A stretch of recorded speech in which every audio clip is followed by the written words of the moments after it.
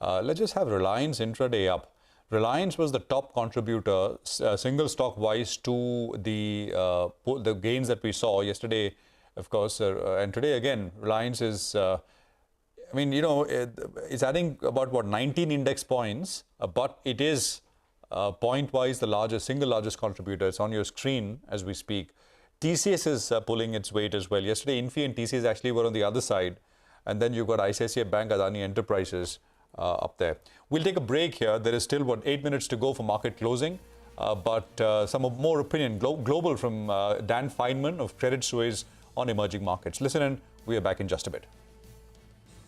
I think if we have a very hard landing in the U.S. of a recession as deep as the great global recession in 2008, 2009, that would be bad for Asia and emerging markets. But a slowdown of the magnitude that we're expecting for the U.S., actually, it could be pretty good for Asia.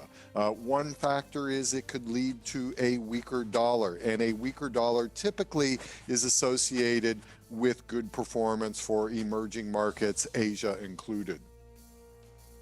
I think that India still has some important strengths relative to other markets in the current global environment. India has a very robust economic cycle. It's got a good structural outlook in an environment where developed markets are heading into a slowdown.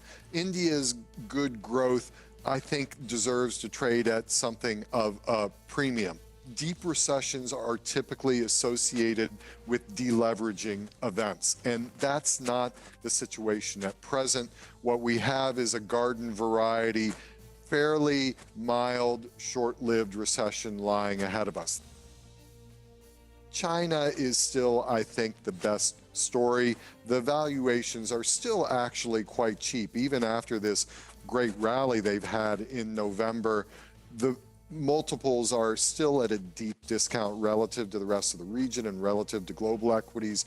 Our clients are still, I think, underweight China, but they are interested in playing into this cyclical recovery. We're all hoping that the outbreak is mild as possible, and that as few people as possible die. From a markets perspective, I don't think that what we're seeing right now necessarily changes the equation.